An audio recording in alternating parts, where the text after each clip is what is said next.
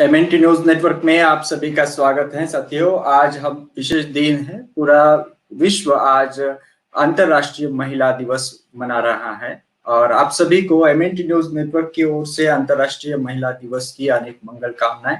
और हमारी कोशिश है कि हम हमारा इतिहास जाने और हमारा वर्तमान और भविष्य के बारे में भी हम समझे। इसी को लेकर के हम आने वाले आज कल और परसों 3 दिन हम कार्यक्रम करने जा रहे हैं अंतरराष्ट्रीय महिला दिवस को समर्पित।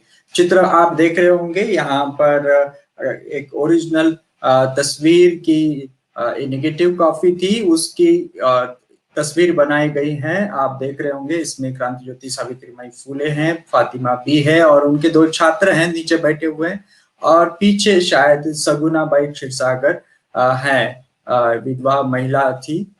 उनका ये तीनों का तस्वीर है। तो साथियों आप सभी को MNT न्यूज नेटवर्क की ओर से पुनः एक बार अंतरराष्ट्रीय महिला दिवस की अनेक मंगल कामनाएं। आज अंतरराष्ट्रीय महिला दिवस है और 10 तारीख को क्रांति ज्योति सावित्रीबाई फुले इनका स्मृति दिवस है। तो ये इन 3 दिनों के अवसर पर हम MNT न्यूज नेटवर्क के माध्यम से कार्यक्रम कर रहे हैं। और जो साथी अभी हमारे साथ जुड़े हुए हैं फेसबुक से, उनसे हम रिक्वेस्ट करेंगे कि इस वीडियो की लिंक को सर्वप्रथम अपनी खुद की टाइमलाइन पर इसको शेयर कीजिए और फिर वहां से आप इसको देखिए, ताकि आपके जो मित्र आपके साथ फेसबुक पर जुड़े हुए हैं वो भी इस कार्यक्रम को देख सकेंगे, उनको भी जानकारी मिलेगी कि आप ये कार्यक्रम देख रहे हैं।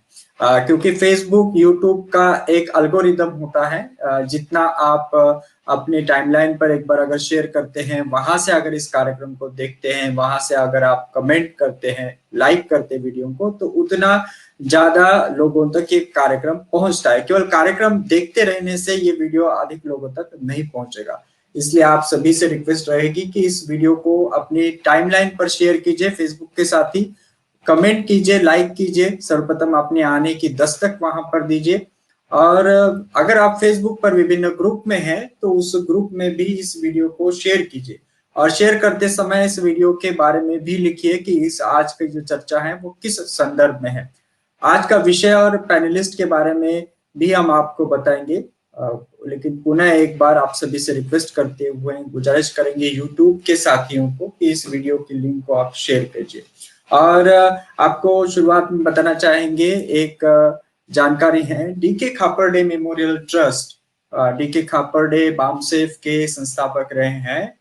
बामसेफ जो कर्मचारियों का राष्ट्रीय संगठन है कर्मचारियों का, उनके माध्यम से डीके खापरडे मेमोरियल ट्रस्ट के माध्यम से नागपुर में राष्ट्रपिता ज्योतिबा फुले सामाजिक क्रांति संस्थान की स्थापना हुई है। और वहां पर 2 बड़े बड़े जो है ट्रेनिंग सेंटर का एक ट्रेनिंग ब्लॉक बनाया गया है, तस्वीर में आप देख सकते हैं, और राजर्षि शाहू जी महाराज हॉस्टल ब्लॉक बनाया गया है।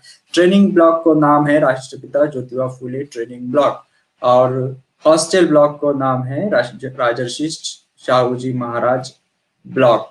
और ये करीब 25 एकड़ जमीन में ये सब सामाजिक संस्थान राष्ट्रपिता क्रांति ज्योति सामाजिक संस्थान फैला हुआ है। आप सभी से रिक्वेस्ट है कि इस सामाजिक क्रांति संस्थान के अगले कंस्ट्रक्शन के लिए और उसके सुचारू कामकाज के लिए आप आर्थिक सहयोग कर सकते हैं। अधिक जानकारी के लिए ईमेल करें मूल्यनिवासी-newsnetwork@gmail.com। आपके स्क्रीन पर है मूल्यनिवासी-newsnetwork@gmail.com। तो साथियों ये थी सूचना और आज के विषय को हम शुरुआत करते हैं। आज का विषय है अंतरराष्ट्रीय महिला दिवस और मूल निवासी बहुजन महिलाएं। इस विषय पर हम चर्चा करने जा रहे हैं। आज सोमवार है 8 मार्च 2021 और रात्रि 8:30 बजे का हमारा रोज का ये कार्यक्रम है, लाइव कार्यक्रम। तो आज जिस विषय पर चर्चा कर रहे हैं वो पुनः दोहराना चाहेंगे, अंतरराष्ट्रीय महिला दिवस और मूल निवासी बहुजन महिलाएं। हमारे साथ जुड़ी हुई है मूल निवासी डॉक्टर सीमा माथुर मैडम। आप असिस्टेंट प्रोफेसर हैं, राजनीति विज्ञान पढ़ाती हैं दिल्ली विश्वविद्यालय में। हमारे साथ मूल निवासी इंजीनियर नीलिमा भटकर मैडम हैं। आप राष्ट्रीय अध्यक्ष हैं महिला विंग की people's party of India democratic से। और मूल निवासी राजकुमार सर हमारे साथ जुड़े हुए हैं। आप एसोसिएट प्रोफेसर हैं दयाल सिंह कॉलेज दिल्ली विश्वविद्यालय से। तो साथियों चर्चा को शुरुआत करते हैं। पुनः एक बार रिक्वेस्ट, इस वीडियो को शेयर कीजिए और अपने साथियों तक इसको पहुंचाइए, उनको जोड़िए इस कार्यक्रम को और अपने आने की दस्तक दीजिए। कमेंट बॉक्स में अपना नाम या जिला लिखिए, कहाँ से आए हैं, जय भीम जय मुन निवासी अभिवादन भी आप लिख सकते हैं और अपनी दस्तक दीजिए, वीडियो को लाइक कीजिए। कार्यक्रम को शुरुआत करते हैं। जी, हमारे आज के पैनलिस्ट को मैं आमंत्रित करना चाहूंगा। डॉक्टर राजकुमार सर, बहुत बहुत स्वागत है आज हमारे लाइव कार्यक्रम में। डॉक्टर सीमा माथुर मैडम, आपका भी बहुत बहुत स्वागत। और इंजीनियर नीलिमा भटकर मैडम, आपका भी बहुत बहुत स्वागत है इस कार्यक्रम में। जय भीम जय मुन निवासी। और आपको सर्वप्रथम अंतर्राष्ट्रीय महिला दिवस की अनेक मंगल कामनाएं देते हैं हमारे तमाम जो दर्शक हैं उनकी ओर से और MNT न्यूज नेटवर्क की ओर से। जी, तो शुरुआत करते हैं। डॉक्टर राजकुमार सर से हम शुरुआत करना चाहेंगे आज के विषय के बारे में। ये जो अंतर्राष्ट्रीय महिला दिवस है सर, उसके बारे में लोगों में, खास करके भारत में कुछ लोगों को जानकारी है, कुछ लोगों को जानकारी नहीं है। मुझे लगता है काफी लोगों को इसके बारे में जानकारी नहीं होगी कि कब से ये मनाया जा रहा है और इसका क्या महत्व है। तो सर्वप्रथम आप तीनों से हम इसी मुद्दे पर हम चर्चा करने वाले हैं कि अंतर्राष्ट्रीय महिला दिवस का क्या इतिहास है, इसकी क्यों आवश्यकता निर्माण हुई है, क्यों ये महत्वपूर्ण है। ये इन्हीं बातों के, इन्हीं मुद्दों पर आपसे जानना चाहेंगे। सर्वप्रथम डॉक्टर राजकुमार सर से। जी जी, माइक ऑन कीजिए सर। सर माइक ऑन कीजिए आपका। धन्यवाद प्रदीप जी। जैसा कि आपने कहा अंतर्राष्ट्रीय महिला दिवस, और अंतर्राष्ट्रीय महिला दिवस की बैकग्राउंड क्या है, बहुत सारे कंफ्यूजन्स या जानकारी का अभाव लोगों के पास है इस चीज को लेके। क्योंकि जहां तक मैं समझता हूं, और ये आमतौर पे सही बात है, कि अंतर्राष्ट्रीय महिला दिवस 1917 के बाद से मनाया जाने लगा है। 1917 एक बहुत महत्वपूर्ण समय है जब रूस के अंदर महिलाओं को वोट का अधिकार मिलता है। वहां पे वोट के अधिकार को मिलने के बाद से, उससे पहले भी कुछ अमेरिका में छोटा मोटा इस तरह का 1909 में, उसके बाद से कुछ महिला दिवस, राष्ट्रीय महिला दिवस, इस तरह के अवसर हो रहे थे। लेकिन 1917 में एक कह सकते हैं कि मॉन्यूमेंटल चेंज आया मूवमेंट के अंदर। और रूस क्योंकि बहुत बड़ी कंट्री थी उस समय पे, जो बोल्शेविक रिवॉल्यूशन हुआ, उसने महिलाओं को बराबर का वोट का अधिकार दिया। वास्तव में ये बहुत ऐतिहासिक क्षण था। हालांकि उस समय से इसको नहीं मनाया जा रहा था, लेकिन एक सुगबुगाहट बनना शुरू हुई। ये बात आती है 1967-68 में। फिर international socialist women socialist group के द्वारा इसको प्रोपोगेट किया जाता है। एंड अल्टीमेटली 1977 में यूनाइटेड नेशंस के द्वारा इसको इंटरनेशनल वीमेन डे के रूप में सेलिब्रेट किया जाने लगा। 8 मार्च को वो खास दिन है जब रूस के अंदर महिलाओं को राइट टू वोट मिला। क्योंकि पूरे यूरोप के अंदर, अमेरिका के अंदर आप देखें, महिलाओं को राइट टू वोट के लिए बहुत ज्यादा झगड़ा करना पड़ा, उनको बहुत ज्यादा संघर्ष करना पड़ा। फ्रेंच रिवॉल्यूशन के बाद भी नहीं मिल पाया। इंग्लैंड में जो इंग्लैंड का, जिसको ग्लोरियस रिवॉल्यूशन बोलते हैं, उसके बाद भी नहीं मिल पाया। अमेरिका में भी आसानी से नहीं मिला। आप जानते हैं कि वहां पे क्रांति 1779-76 के आसपास होती है, और अब आके वहां पे महिलाओं को राइट टू वोट मिल रहा है। सो ये सारा का सारा पूरे यूरोप का और अमेरिका का जो बैकग्राउंड है, वहां पे जो क्रांतियां हुई, उन क्रांतियों के समय महिलाओं को वोट का अधिकार नहीं मिला। इनफैक्ट पूरा का पूरा वेस्टर्न फिलॉसफी है, वो महिलाओं को, इस वेस्टर्न पॉलिटिकल फिलॉसफी खासतौर पे इस लायक नहीं समझता था कि उनको बराबर के नागरिक अधिकार दिए जाएं, बराबर के सिविल अधिकार दिए जाएं, राजनीतिक अधिकार दिए जाएं। इसीलिए ज्यादातर political philosophers, from Plato, Aristotle to Machiavelli to Rousseau, उन सब ने महिलाओं को बहुत ही दोयम दर्जे का व्यक्ति माना है, और उनके सारे अधिकारों को कहा कि वो सिर्फ पुरुष के अधिकार से या पुरुष की पहचान से ही उनकी पहचान है। लेकिन आप जानते हैं कि फ्रेंच रिवॉल्यूशन की जो एक बहुत महत्वपूर्ण वर्षाए मार्च जिसको बोलते हैं, 5 अक्टूबर 1779 में जो हुआ, जिसपे महिलाओं ने पूरी एक जबरदस्त क्रांति को लीड किया, और वहीं से कह सकते हैं कि पीपुल्स विक्ट्री शुरू हुई, लेकिन उसके बावजूद भी महिलाओं को फ्रेंच रिवॉल्यूशन के बाद भी अधिकार नहीं मिलते हैं। इनफैक्ट ऐसा देखने में आता है कि 1779 के बाद से नेपोलियन के आते आते उनके अधिकारों में कमी हो जाती है। सो इस बैकग्राउंड में 1917 का समय बहुत इंपॉर्टेंट, 1917 8 मार्च का दिन बहुत महत्वपूर्ण था, इसलिए पूरी दुनिया में महिलाओं के अधिकारों को सुनिश्चित करने के लिए, उनके अधिकारों पर एक प्रकार से मोहर लगाने के लिए इस अंतर्राष्ट्रीय दिवस को मनाया जाता है। मैं समझता हूं कि इस तरह के अवसरों के द्वारा एक जागृति फैलती है, इस तरह के अवसरों के द्वारा कहीं ना कहीं लोगों के अंदर अपने अधिकारों के प्रति चेतना आती है और वो उन अधिकारों के प्रति जागृत होकर संघर्ष करते हैं। हालांकि भारत का मामला भी एकदम दूसरे तरह है। भारत में आप देखते हैं कि 1947 या 1950 में जब इंडियन कॉन्स्टिट्यूशन लागू हुआ, तो उससे पहले हमारे यहाँ भी महिलाओं के अधिकारों को लेकर कोई खास आंदोलन नहीं हुआ, लेकिन उसके बावजूद क्योंकि बाबा साहब जैसे लोकतांत्रिक व्यक्ति के द्वारा संविधान का निर्माण किया जा रहा था, तो एक स्ट्रोक में ही महिलाओं को बराबर के अधिकार मिल गए। उससे पहले भी हम जानते हैं कि बाबा साहब का जो पूरा संघर्ष है, उनकी पूरी विचारधारा है, उनके चाहे वो लेबर मिनिस्टर थे 1942 से 46 के बीच में, सो इतने सारे सुधार महिलाओं को लेके हुए। तो जब क्योंकि इसमें डिबेट भी हुआ इसमें कॉन्स्टिट्यूशन असेंबली में कि अधिकार दिए जाए नहीं दिए जाए, लेकिन बाबा साहब स्ट्रेट फॉरवर्ड लाइन थी कि सारे के सारे अधिकार जो पुरुषों को मिले वो बराबर के अधिकार महिलाओं को मिले। इस तरीके से हम कह सकते हैं कि ये अंतर्राष्ट्रीय महिला दिवस मनाना शुरू किया जाता है। भारत में भी एक थैंक यू जी भारत के इतिहास के बारे में भी हम विस्तार से आप सभी से चर्चा करेंगे। उसके ऊपर भी आपका एक डिटेल में आपका मत चाहिए, डिटेल में इंफॉर्मेशन हम आपसे लेंगे कि भारत में महिला जो आंदोलन है, महिला अधिकारों का इतिहास, उसके बारे में भी बातचीत करेंगे। सर्वप्रथम मैं पुनः एक बार हमारे डॉक्टर सीमा माथुर मैडम जुड़ी है, उनसे भी इसी मुद्दे पर हम जानना चाहेंगे कि ये जो अंतर्राष्ट्रीय स्तर पर हम माफ कीजिए अंतर्राष्ट्रीय महिला दिवस मना रहे हैं, पूरे विश्व भर की महिलाओं के लिए ये मनाया गया है या मनाया जाता है, और हर साल कोई ना कोई थीम यूनाइटेड नेशंस देता है हम सभी को, पूरे विश्व भर के लोगों को। क्या आप बताएंगे क्या महत्व है इस अंतर्राष्ट्रीय महिला दिवस का, और यूनाइटेड नेशंस के भी रेफरेंस में आपसे जानकारी लेना चाहिए। जी, बहुत बहुत धन्यवाद प्रदीप जी। सबसे पहले तो सभी साथियों को जो यहाँ पर जुड़े हैं और हमारे दर्शक जो भी देख रहे हैं, उनको अंतर्राष्ट्रीय महिला दिवस की बहुत बहुत शुभकामनाएं।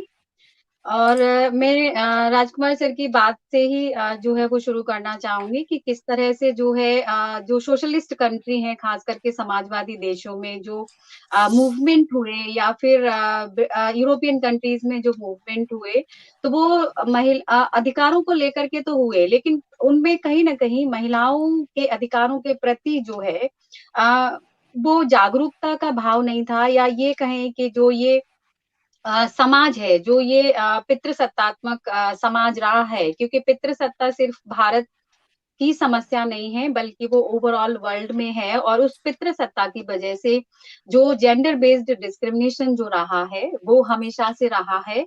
सो हम ये कह सकते हैं कि जो राजकुमार सर कह रहे थे कि 1917 से जो रशियन क्रांति है उससे जो है वो महिला अधिकारों की शुरुआत जो है होती है, उसी में मैं बस एक छोटा सा पॉइंट जोड़ना चाहूंगी कि सर्वप्रथम जो महिलाओं के अधिकारों से संबंधित जो प्रपोजल जो रखा गया वो कोपेनहेगन में रखा गया, डेनमार्क में, क्लारा जेटकिन, जिन्होंने ये कहने की कोशिश की कि महिलाओं को काम का अधिकार जो है वो मिलना चाहिए, और जो वो काम करती हैं उसको वैल्यू के रूप में आंका जाना चाहिए, उनको एक महत्व दिया जाना चाहिए उनके काम को लेकर। सो उसी समय ये बात भी की गई कि जो वो काम कर रही है, क्योंकि महिला मजदूरों के लिए बात की गई, तो जो महिलाएं फैक्ट्रियों में या दूसरी जगह पर जो काम कर रही थी, श्रम कर रही थी, पुरुषों के समान वो श्रम कर रही थी, समान, लेकिन उनको जो मजदूरी मिल रही थी वो बराबर नहीं मिल रही थी। और दूसरी बात कि वो जब घर के काम भी कर रही थी और बाहर भी वो एक मजदूर के रूप में काम कर रही थी, तो कहीं ना कहीं उनको जो आराम की स्थिति थी वो उनके लिए कहीं पर भी नहीं थी। तो हम ये कह सकते हैं कि जो है 1911 में पहली बार कोपेनहेगन में डेनमार्क में एक विमेन कॉन्फ्रेंस बुलाई गई जिसको क्लारा जैटकिन ने लीड किया और उस कॉन्फ्रेंस में ये प्रपोजल रखा गया और सबसे खास बात ये रही कि पूरे विश्व भर से लगभग 17 देशों की महिलाओं ने इसमें भाग लिया था और अंतर्राष्ट्रीय स्तर पर इस बात को स्वीकार किया गया कि महिलाओं के एक श्रमिक के रूप में उनके अधिकार भी होते हैं और जो पुरुष श्रमिक हैं उनके बराबर ही उनको जो है वो बराबर वेज देनी चाहिए, तनख्वाह मिलनी चाहिए या श्रम जो है वो मिलनी चाहिए, पे मिलनी चाहिए और इसके साथ ही उनके लिए जो आराम की जो व्यवस्था है या हम छुट्टी की व्यवस्था कहें, तो वो भी उनके लिए होनी चाहिए और उनके जो श्रम है उसका एक मूल्य के रूप में जो है वो आंका जाना चाहिए। सो इस तरह से जो है वो महिलाओं के लिबरेशन की बात की शुरुआत होती है और धीरे-धीरे सभी देशों में ये बात जो है वो अपनाई जाने लग जाती है इंटरनेशनल लेवल पर, अंतर्राष्ट्रीय स्तर पर कि महिलाओं के प्रति एक जागरूकता जो फैली क्लेरा जेटकिन के प्रपोजल से और वो कहीं न कहीं एक दायित्व भी बन गया हर एक देश का कि सब लोग जो है वो बात करें। लेकिन क्योंकि भारत के संदर्भ में अगर बात की जाए तो भारत जो है वो उस समय एक उपनिवेश था, उसके खुद के डिसीजन नहीं थे, ब्रिटिश गवर्नमेंट थी। तो जहाँ राजकुमार सर ने बताया कि कई सारे जो आंदोलन हुए, चाहे वो फ्रेंच रिवॉल्यूशन है, चाहे वो यूएसए की क्रांति है, चाहे वो ब्रिटेन का रिवॉल्यूशन है, तो इतनी सारी जो क्रांतियां हुई, जो ग्लोरियस रिवॉल्यूशन है या फिर तो उन सब में अधिकारों की बात की गई। लेकिन कहीं न कहीं महिलाओं के मुद्दे जो थे वो पीछे छूट गए थे और जिसके लिए कई सारे फेमिनिस्ट जो नारीवादी जो लोग हैं, जिसमें रोज़ा लक्ज़मबर्ग का नाम भी हम लोग ले सकते हैं। कहीं न कहीं हम एंगल का नाम ले सकते हैं। सो उन्होंने जो है वो महिलाओं के मुद्दों पर बात करना शुरू किया और इसी से जब आगे बढ़ते हैं सो ब्रॉडर रूप में जो है 11 के बाद फिर 17 फिर उसके बाद हम 18 में कह सकते हैं, 45 में कह सकते हैं, लेकिन फिर भी ये बड़े ताज्जुब की बात है कि जहाँ 1945 में यूनाइटेड नेशन जो है वो गठित होता है और सभी ओवरऑल विश्व में ये जिम्मेदारी लेता है कि इस देश में जो है वो फिर से विश्व युद्ध नहीं होना चाहिए, देशों को जो कंट्रोल्ड बिहेवियर करना चाहिए, बहुत आक्रामक नहीं होना चाहिए, क्योंकि जो राइट्स है हर एक को जीने का अधिकार है।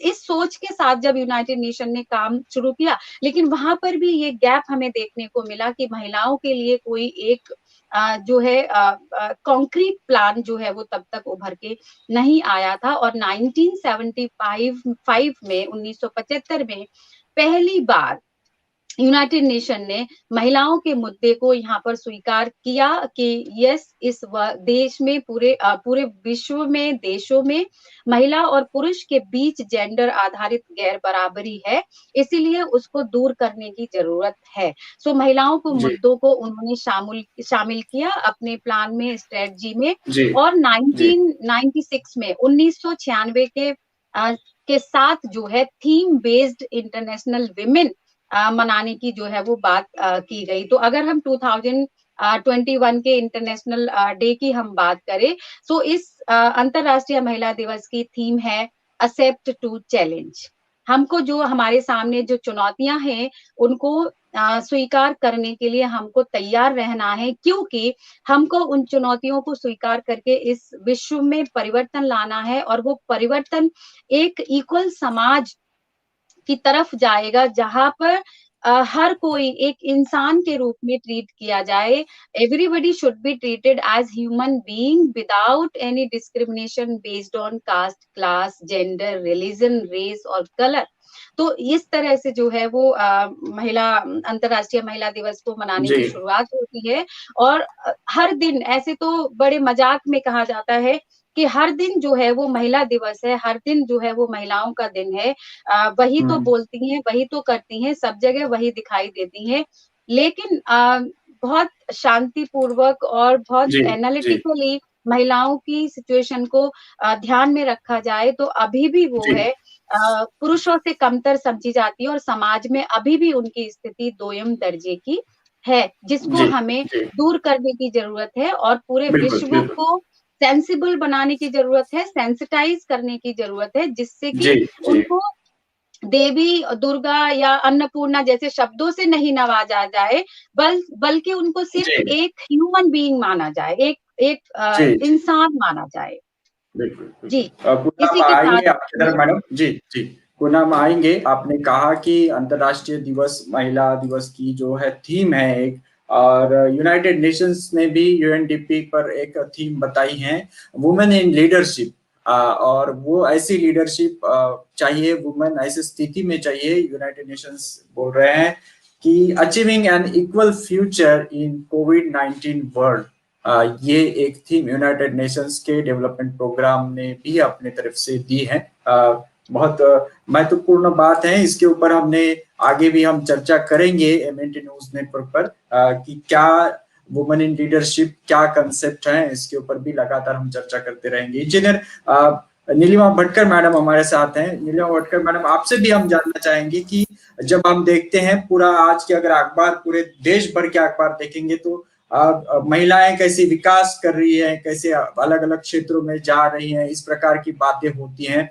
और कहीं कहीं बातें ये भी लिखी होती है कि उनके ऊपर अन्याय अत्याचार हो रहे वगैरह वगैरह बातें होती है। लेकिन आपसे हम जानना चाहेंगे कि इस दिन पर इतनी बड़ी चर्चा विश्व भर में होती है, क्यों महत्वपूर्ण लगता है आज का दिवस अंतरराष्ट्रीय महिला दिवस के रूप में? वैसे तो भारत में राष्ट्रीय महिला दिवस भी बनाया जाता है, लेकिन जो अंतरराष्ट्रीय महिला दिवस का अपने आप में एक महत्व है, अपने आप में एक प्रभाव दबाव है, आप इसको कैसे देखती हैं? जी धन्यवाद सर। जी राजकुमार सर ने और मैडम ने बहुत ही विस्तार पूर्ण अंतर्राष्ट्रीय महिला दिवस क्यों मनाया जाता है इसके बारे में बताया है। मैं उस पर कुछ बताना और जोड़ना चाहूंगी कि अगर महिला दिवस मनाने का यूएन ने जो प्रस्ताव किया है और महिलाओं ने भी जो संघर्ष किया है, इसका मतलब ये होता है कि पूरे विश्व में महिलाओं को समानता नहीं दी गई, यानी पहले से ही पूरे विश्व में महिलाओं को द्वितीय दर्जा दिया गया है और पहले से दिया जाता था और अभी भी दिया जा रहा है। तो जब देखते हैं कि महिलाएं अपने हक के लिए लड़ रही है, 1900 साल में जो इंग्लैंड की महिला है उनके मताधिकार के लिए वो रास्ते पे उतर आती है। उसके बाद शिकागो की महिला जो दर्जी है वो समान वेतन के लिए संघर्ष करती है। लेकिन हम इसमें एक देखते हैं, अच्छी बात ये देखते हैं कि वहाँ जो उनको एजुकेशन दिया जाता है, उनको शिक्षा में कुछ कमी नहीं है, वो पहले से ही कुछ शिक्षा, उनके अधिकार उनको पहले से दिए गए थे भारत की तुलना में इतर बाकी के जो देश है उनके इसमें। तो वहाँ जो कुछ अधिकार है और कुछ मेन अधिकार के लिए ये महिला रास्ते पे उतर आती है और संघर्ष करती है। सिर्फ स्टार्टिंग एक शिकागो से, इंग्लैंड से होती है, फिर रूस से होती है और फिर अलग अलग देश में वो जाती है और सभी महिला इकट्ठा होके जो परिषद बुलाती है, वो परिषद में वो उनका ये कहना वो खुद का मानते हैं कि हाँ हमें भी समान दर्जा चाहिए, हमें भी समानता चाहिए। जैसे समान वेतन है तो समान काम है तो समान वेतन चाहिए। अगर उतना ही टाइम हम वर्क कर रहे हैं तो हमें भी पेमेंट पुरुषों जितना ही चाहिए। तो जो पुरुषों की भावना है महिलाओं को द्वितीय देखना या सेकेंडरी थिंक करके देखना, उसके लिए महिलाओं ने संघर्ष किया और वो सही ढंग से अंतरराष्ट्रीय महिला दिवस के रूप में वहां के पुरुषों ने भी उसको एक्सेप्ट भी किया कि हाँ इनको ये समानता देनी चाहिए। और इस हिसाब से पूरे विश्व में बहुत अच्छी तरह से ये मनाया जाता है। अब भारत में जब देखते हैं तो भारत में मैंने देखा पिछले सालों से, कुछ 5-6 सालों से मुझे जानकारी मिली कि ऑफिसेस में स्पेशल इसके लिए पैसा दिया जाता है, बजट अलॉटमेंट किया जाता है कि ये महिला दिवस जो है वो मनाया जाए। इसके पहले 5 साल पहले मुझे इसकी जानकारी नहीं थी, तो मैं सोच रही थी कि स्पेशल बजट एलोकेशन इस पे क्यों दिया जा रहा है और ये महिला दिवस क्यों मनाने के लिए ऑफिसेस में क्यों कंपलसरी किया गया है। तो इसके बारे में हम डिटेल में चर्चा करेंगे, क्योंकि भारत के परिप्रेक्ष्य में और बाकी के देश के परिप्रेक्ष्य में महिलाओं का जो समानता का अधिकार है या महिलाओं को जो अधिकार दिए गए हैं उसमें बहुत बड़ी तफावत हम देखते हैं, बहुत बड़ी दूरी देखते हैं। तो वो हिसाब से स्पेशल चर्चा जो भारत की मूल निवासी महिलाओं की है या भारत की महिलाओं की जो हम कर रहे हैं, उसके लिए मैं MNT के सभी टीम को धन्यवाद देती हूँ, क्योंकि ये बहुत जरूरी चर्चा है। भारत के लोगों के लिए, भारत की महिलाओं के लिए ये चर्चा बहुत जरूरी है। और अंतर्राष्ट्रीय इंटरनेशनल वुमेन डे जो है वो जो मनाया जा रहा है, इसके लिए भी सभी को हार्दिक शुभकामनाएं देती हूँ। प्रदीप सर। जी जी, बहुत बहुत धन्यवाद मैडम। आपने संक्षिप्त में अपनी बात रखी, लेकिन एक पुनः आपने महत्व दोहराया है इस विषय के बारे में कि क्यों महत्वपूर्ण है। और आपने कहा कि महिलाओं को जब सम्मान नहीं दिया जाता था, ऐसी स्थिति विश्व भर में है और आज भी कहीं कहीं देशों में है। भारत का तो अलग है, उसके ऊपर हम चर्चा करेंगे, अभी विस्तार से चर्चा करेंगे आपसे। लेकिन उस कारण जो विश्व भर में दबाव बना, अंतर्राष्ट्रीय महिला दिवस की एक प्रकार से स्थापना हुई, या हम उसकी कहेंगे शुरुआत हुई, और इसका इतिहास के बारे में भी हमने जाना। अब हम जानेंगे भारत में जो इतिहास है महिला अधिकार का, महिला समानता का, या संविधान के दृष्टिकोण से जो महिलाओं को देखा गया है उसका, उस इतिहास के बारे में हम जानना चाहेंगे। और उस महिला अधिकार के आंदोलन में या महिला अधिकार की इतिहास में मूल निवासी बहुजन महिलाओं का क्या स्थान है, इस विषय पर हम तीनों से जानना चाहेंगे। डॉक्टर राजकुमार सर से शुरुआत करते हैं। जी जी जी। इससे पहले कि हम थोड़ा इतिहास के बारे में बात करें, मैं 2-3 छोटी छोटी बातें आपको बताना चाहता हूँ आज की तारीख में। अब जो वर्तमान स्थिति है महिलाओं की भारत में, उसमें लगभग 10,000 महिलाओं को हर साल जिंदा जलाया जाता है दहेज के लिए। ये सरकारी आंकड़े हैं। लगभग 10,000 महिलाएं पूरे साल में जिंदा जलाई जा रही हैं। 35 से 40,000 रेप हो रहे हैं ऑफिशियली। जो छेड़छाड़ के केस हैं वो 1 लाख के आसपास है। और जो परिवार में रिलेटिव्स हैं, सास मतलब जो इन लॉज हैं, उनके द्वारा भी लगभग 1 लाख केसेस रिपोर्टेड हो रहे हैं। लगभग 60,000 केसेस ऐसे हैं जिसमें महिलाओं का, लड़कियों का अपहरण होता है, उसको रिपोर्ट किया जा रहा है। हालांकि ये नंबर बहुत कम है। हम जानते हैं कि अपने रिसर्च से और दूसरे सोर्सेस से कि बड़े बड़े शहर, दिल्ली, बॉम्बे जैसे शहर हैं, वहां पे बहुत कम उम्र की बच्चियों को बहुत बड़ी संख्या में उनका अपहरण कर लिया जाता है और फिर उनकी ट्रैफिकिंग की जाती है। ये संख्या कई हजारों में एक एक शहर में है, लेकिन ऑफिशियली भी आप कह सकते हैं कि लगभग 60,000, सरकार ये मान के चल रही है 60,000 अपहरण के केस हर साल देश के अंदर हो रहे हैं। इसके बाद आप देखें कि जो हमारा जॉब में क्या सिचुएशन, अभी सरकार कह रही है कि हमारे यहाँ पे जो हायर एजुकेशन है, हायर एजुकेशन में महिलाओं की उपस्थिति खासतौर पे साइंस के क्षेत्र में सिर्फ 15%, इंजीनियरिंग में, मेडिकल में और दूसरे जो साइंस के एरियाज हैं वहां पे आप कह सकते हैं कि सिर्फ 15% है। बाकी सोशल साइंसेस में ठीक है, मतलब बराबर की सिचुएशन है, लेकिन जब जॉब का मामला आता है तो वहां पे फिर वो कम होके 15 से 20% हो जाता है। सो एक्चुअल में जो रिप्रेजेंटेशन के इश्यूज हैं, जॉब्स के इश्यूज हैं, एम्प्लॉयमेंट के एजुकेशन के इश्यूज हैं, या फिर वायलेंस के इश्यू। जैसे कि एक रिपोर्ट है जो कहती है कि लगभग पूरी दुनिया में 33% महिलाएं ऐसी हैं जो ये रिपोर्ट कर रही हैं कि उनके साथ डोमेस्टिक वायलेंस होता है या वो वायलेंस का शिकार है। जो हत्याएं हो रही हैं महिलाओं की, उन हत्याओं में से कम 38% केसेस ऐसे हैं जो उनके पार्टनर्स कर रहे हैं, 38%। तो फिर ये जो इंस्टीट्यूशंस हम लोगों ने बनाए, जिसको सीमा जी कह रही थी, जिसको पेट्रियार्की हम कह रहे हैं, patriarchy with in the family structure, वहां पर भी देख रहे हैं कि बहुत बड़े स्तर पे अन्याय, अत्याचार हो रहा है। भारत तो वास्तव में हब है विमेंस के खिलाफ वायलेंस का। यहाँ पे छोटी मोटा भेदभाव नहीं हो रहा है, यहाँ पे ब्रूटल फिजिकल वायलेंस हो रहा है, जिसमें रेप, मर्डर्स, जैसे कि एक नई चीज भारत के अंदर, पूरी दुनिया में शायद उस तरीके से नहीं है, जैसे कि एसिड अटैक वाला मामला है। आप जो है तेजाब फेंक के चेहरा खराब कर देते हैं। ये किस तरह की नफरत है, किस तरह का गुस्सा है, किस तरह का रूड पेट्रियार्किकल एटीट्यूड है कि आप जबरदस्ती लोगों के ऊपर तेजाब फेंक दे रहे हैं, और ये संख्या अब हजारों की तरफ जा रही है। सो इन सारी चीजों को देख के हम समझ सकते हैं कि भारत की जो महिलाओं की स्थिति है वो बहुत चिंताजनक है। निसंदेह पूरी दुनिया में हालत खराब हुई है, लेकिन दुनिया में बहुत सारी जगह पे, जैसे कि आप अफ्रीका में उस तरह का वायलेंस नहीं पाएंगे, क्योंकि वहां की जो कल्चर है वो कल्चर इस तरीके से महिला को पैट्रियार्किकल डोमिनेंस में नहीं रख रही है। वहां पे उस तरह का वायलेंस आपको नहीं मिलेगा, और कुछ एक्सटेंट तक अब अमेरिकन, यूरोपियन, वेस्टर्न सोसाइटीज जो है वहां पे भी महिलाओं को काफी अधिकार मिल रहे हैं, और अधिकार के साथ साथ उनको एक्सेस भी मिल रहा है। उनकी अपनी जो स्थिति है वो काफी इंपॉर्टेंट हो गई है। जो एक टर्म इस्तेमाल किया जाता है, एनलाइटेंड सिटीजन।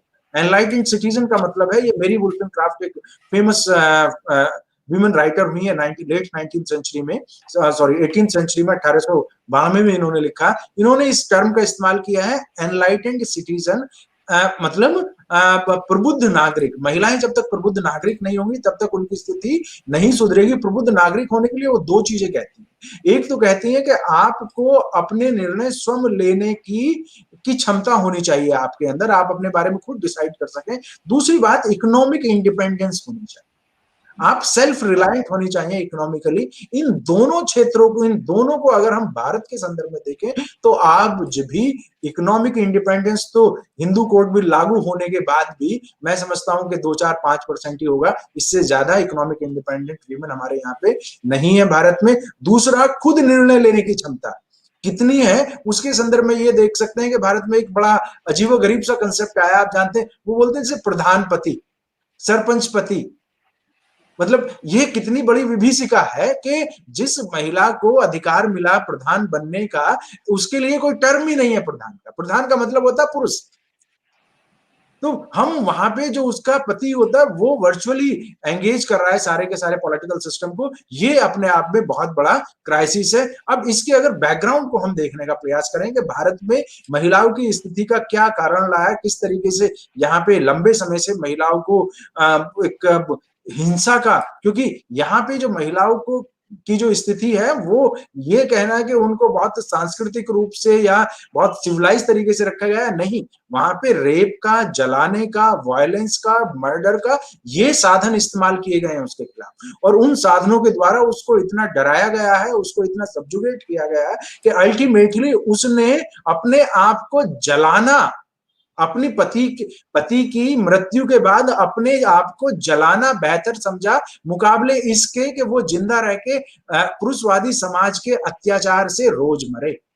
अगर कोई महिला अपने आप को जिंदा जलाने के लिए तैयार, पहली बात तो है कि जिंदा जलाने के लिए तैयार नहीं होगी, उसको जबरदस्ती ही जलाया जाता था सती प्रथा के नाम पे। लेकिन अगर कोई जिंदा जलने के लिए तैयार भी हो जा रही है तो उसका एकमात्र कारण ये है कि उसको पता है कि उसका जीवन जो रहेगा वो मृत्यु से भी बदतर होगा, वो जेल से भी बदतर होगा। उसको खाना नहीं मिलेगा, उसको कपड़ा नहीं मिलेगा, उसको सोने की जगह नहीं मिलेगी, हर व्यक्ति उसका अपमान करेगा, उसके बाल कटा दिए जाएंगे, उसके कपड़े रंग दिए जाए, कपड़े उतार लिए जाएंगे उसके, और एक ही कलर में उसको रखा जाएगा। तो जिसको हम विधवा जीवन कहते हैं, वो विधवा जीवन किसी जेल से कम नहीं है, किसी अत्याचार से कम नहीं है। वो एक तरीके से अपने आप को कहती है कि मुझे मरना बेहतर है, इससे तो रोज रोज मरने से अच्छा है कि एक दिन जल के खत्म हो जाए। कितनी विभत्स कल्चर रही होगी वो कितनी विभत्स व्यवस्था रही होगी जिसने महिला को इतना मजबूर कर दिया। लेकिन मैं ये कहूंगा कि ये भारत की कल्चर नहीं थी, ये यहाँ के आम व्यक्ति की कल्चर नहीं थी, ये कुछ मनुवादी जातिवादी लोगों की कल्चर थी।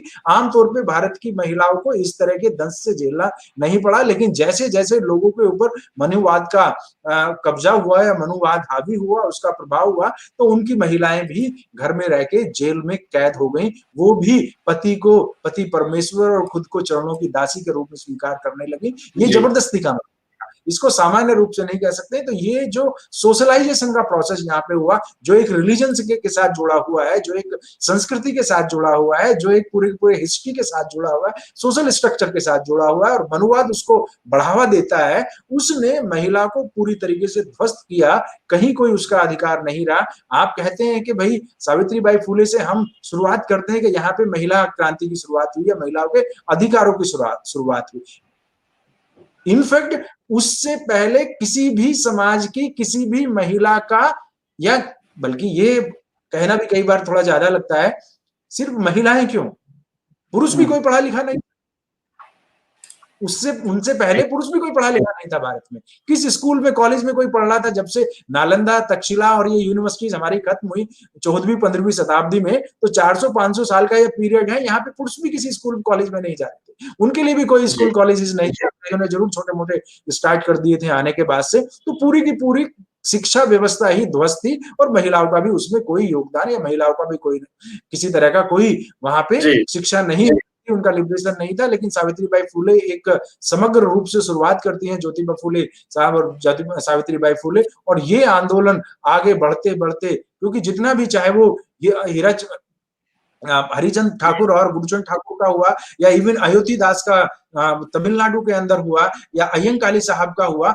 इन सब लोगों ने महिलाओं को साथ लेके आंदोलन को आगे बढ़ाया। एक भी व्यक्ति ऐसा नहीं रहा जो अकेले आगे बढ़ता रहा हो, और कहीं ना कहीं उनको बराबरी का स्थान दिया। लेकिन जैसे जैसे आप देखते हैं कि तथाकथित राष्ट्रीय आंदोलन शुरू होता है, उस राष्ट्रीय आंदोलन के अर्थ बदल जाते हैं, वहां पे प्राथमिकताएं बदल जाती हैं, और महिलाओं की मुक्ति का जो आंदोलन चला यहाँ के बहुजन समाज के लोगों ने चलाया, ज्योतिबा फुले के आंदोलन से शुरुआत होती है, वो आंदोलन धीरे धीरे ध्वस्त होता चला जाता है। और बाबा साहब के आने के बाद उस आंदोलन को रिवाइव जरूर किया जाता है, क्योंकि वो अपनी तरफ से उसमें बहुत ज्यादा सुधार करने का प्रयास करते हैं, चाहे वो उनके श्रम मिनिस्टर रहने के नाते हुए हों, या उनके द्वारा में जो प्रावधान किए गए उनके द्वारा दिया गया हो, या हिंदू कोड बिल के द्वारा उनको अधिकार दिए गए हो, या फिर बुद्धिज्म को स्वीकार करके एक लोकतांत्रिक विचारधारा के द्वारा महिलाओं को बराबर का अधिकार हो। तो इन सारी चीजों से एक जबरदस्त प्रभाव पड़ता तो है, लोगों में चेतना आती तो है, लेकिन 100% महिलाओं के लिए थी, इसलिए वो बहुत सीमित हो जाती है। ये जो न्याय अत्याचार की व्यवस्था चली आ रही है अभी भी, कहीं ना कहीं इसकी जड़ें संस्कृति में है, इसकी जड़ें परिवार में है, इसकी ब्राह्मणिकल पैट्रियार्की है, उसके अंदर है। जब तक हम उसका एक माकूल विकल्प उपलब्ध नहीं करते हैं, जब तक उसके सामने एक नया वैचारिक वैकल्प उपलब्ध नहीं कराते हैं, तब तक ये सिचुएशन चलती रहेगी। उसके लिए लगता है कि एक लंबी लड़ाई की अभी भी। जी जी, बहुत बहुत धन्यवाद सर। आपसे आगे भी हम चर्चा करेंगे, और दो मुद्दे पर दो सवाल हमारे पास आप सभी के लिए हैं। लेकिन ये जो इतिहास का मुद्दा है, भारत के इतिहास के परिप्रेक्ष्य में जो महिला अधिकार का आंदोलन है, या महिलाओं के अधिकार के बारे में संवैधानिक जो पहल हुई है, उसके रेफरेंस में आप सभी से हम जानना चाहेंगे, डॉक्टर सीमा माथुर मैडम से और इंजीनियर नीलिमा पटकर मैडम से, क्योंकि संविधान में तो काफी सारी बातें आई हुई है, लेकिन क्या इसका कोई इतिहास है? क्योंकि ऐसा जो बाहर के देशों में महिला आंदोलन के बारे में, अपने अधिकारों के लिए इतिहास दिखाई देता है, वैसे भारत में किस प्रकार से इतिहास रहा है, इसके बारे में भी आपसे जानना चाहिए। जी, प्रदीप जी, सर ने काफी कुछ बताया है इतिहास के बारे में, और आंकड़ों के साथ, जो प्रेजेंट जो आंकड़े हैं उनके साथ उन्होंने एक रियल जो पिक्चर है सोसाइटी में महिलाओं की, उसको जो है वो बताने की कोशिश की है। जहां तक इतिहास की अगर हम बात करें, तो भारतीय इतिहास इस तरह का इतिहास रहा है जहां पर महिलाओं के लिबरेशन की कभी कोई बात नहीं हुई है। अगर कुछ, क्योंकि चाहे वो धार्मिक ग्रंथ हो, चाहे ये वर्ण व्यवस्था हो, या ये मनुस्मृति हो, सभी में जो है वो महिलाओं को, शूद्रों को जो है वो हमेशा एक जो है निम्न तबके का, प्रताड़ना का अधिकारी, और इस तरह से प्रोजेक्ट किया गया है कि वो कभी भी जो है डिसीजन मेकर नहीं हो सकते, कभी स्वतंत्र नहीं हो सकते। उनको जो है, जो ये जो वर्ण व्यवस्था है उसमें एक पर्टिकुलर ब्राह्मण जो वर्ग है उसके ऊपर जो है वो आश्रित रहना पड़ेगा। और इसी तरह से जो है वो कई सारे हमारे पास कैरेक्टर भी आते हैं, जिसमें जो है हम जो गार्गी, अपाला, घोषा, जो नाम लेने को कभी कभी हमें मिल जाते हैं, या फिर ये कहा जाए कि ये तो ऐसी संस्कृति रही है जहां पर महिलाओं की जो है, लड़कियों की जो है वो पूजा होती है, क्योंकि जहां पूजा होती है वहीं देवताओं का वास होता है। लेकिन हकीकत जो है वो इस तरह की रही कि अगर वो सुन लें वेद को या किसी और ग्रंथ के बारे में मतलब वो पढ़ने की अगर कोशिश करे तो ऐसा हो कि उनके कानों में जो है वो शीशा पिघला के डाल देना चाहिए। उसके बाद के जो कई सारे जो हमारे पास कैरेक्टर मिलते हैं सीता के रूप में, द्रौपदी के रूप में, अहिल्या के रूप में, तो इस तरह के कैरेक्टर हमें मिले हैं जो कहीं न कहीं एक ऐसी महिला की तस्वीर जो है या सावित्री के रूप में ऐसी तस्वीर पेश करते हैं जो कहीं न कहीं वो पुरुष पर निर्भर है और जो पुरुष चाहता है वही वो करती है। उनको कई सारे ऐसे जो है जीवन में ऐसे उतार-चढ़ाव आते हैं, जब सिर्फ़ दोषारोपण जो है वो महिलाओं के ऊपर ही किया जाता है, उनके कैरेक्टर को लेकर के उनका चरित्र जो है वो कहीं न कहीं जो उनकी जो शुचिता है, जो उनका चरित्र है वो कहीं न कहीं उनके शरीर में जो है वो माना गया है कि वो तभी सही है, जब तक कि वो शारीरिक रूप से, चारित्रिक रूप से सही है। जो संस्कार की जो ये व्यवस्था रही और जो परंपरा की जो ये व्यवस्थाएँ रहीं, वो कहीं न कहीं महिलाओं को स्वतंत्रता से और डिसीजन मेकिंग प्रोसेस से जो है वो अलग रखती रही हैं और आज जब हम 21st सेंचुरी की बात कर रहे हैं, आधुनिक समाज की बात कर रहे हैं, डेमोक्रेसी में रह रहे हैं, जहाँ पर टेक्नोलॉजी की हम बात कर रहे हैं, जहाँ पर रोबोट है, मैकेनिज्म है, ग्लोबल एरा में जब हम रह रहे हैं, वहाँ पर भी आज की सरकारें मैं सरकारों की बात कर रही हूँ, ये कह रही हैं, इस तरह के स्लोगन हमारे सामने रख रही हैं, बेटी बचाओ, बेटी पढ़ाओ। तो इसका मतलब ये अपने आप में ये साबित करता है कि इस देश में अभी भी जो है बेटियां ना तो सुरक्षित है और ना ही शिक्षित है। अभी सर ने काफ़ी आंकड़े दिए, तो अगर बहुजन महिलाओं के संदर्भ में अगर हम देखें, तो हर घंटे जो है वो 10 बहुजन महिलाओं के साथ जो है वो रेप की घटनाएँ घटती हैं और जिसमें से मोर देन 70% जो केसेज़ हैं, वो अनरिपोर्टेड रह जाते हैं और जिनमें से कोर्ट तक जो है वो जा ही नहीं पाते हैं। मुश्किल से एक मतलब 1% भी नहीं है, 0.7% आंकड़ा है बहुजन महिलाओं के संदर्भ में जो कोर्ट तक जाते हैं, तो ऐसे बीच में कई सारे पड़ाव आते हैं, चाहे वो एफआईआर दर्ज कराने को लेकर हो, चाहे वो चार्जशीट फाइल करने को लेके हो, चाहे वो कोर्ट में ट्रायल प्रोसेस हो। उस समय जो है वो महिलाओं की जो बहुजन महिलाओं की जो स्थिति है वो और ज़्यादा क्रिटिकल हो जाती है समाज में क्योंकि वो एक तो महिला है और ऊपर से फिर दलित महिला है, जो कुछ भी नहीं कर सकती हैं, जो मतलब वो कोशिश करती हैं लेकिन उनकी आवाज़ को कैसे दबा दिया जाता है, उनके परिवार के माध्यम से और जो है जातिगत अ जो डोमिनेंस है वो किस तरह से दबाते हैं तो कई सारे एग्जाम्पल रिसेंट एग्जाम्पल जो है वो हमारे सामने है चाहे वो मनीषा वाल्मीकि का केस हो चाहे अभी कुछ दिन पहले की जो घटना है जब एक जो आदमी ने जो है एक जो कल्प्रिट है उसने लड़की के फादर को ही गोली मार दी और जो है प्रशासन कुछ नहीं करा सिर्फ इसलिए क्योंकि उसके पिता ने अपनी बेटी के साथ जो घटना घटी छेड़छाड़ की उसको जो है उसने दर्ज करवाया और इसीलिए जो है वो उसको मौत की नींद सुला दिया जाता है।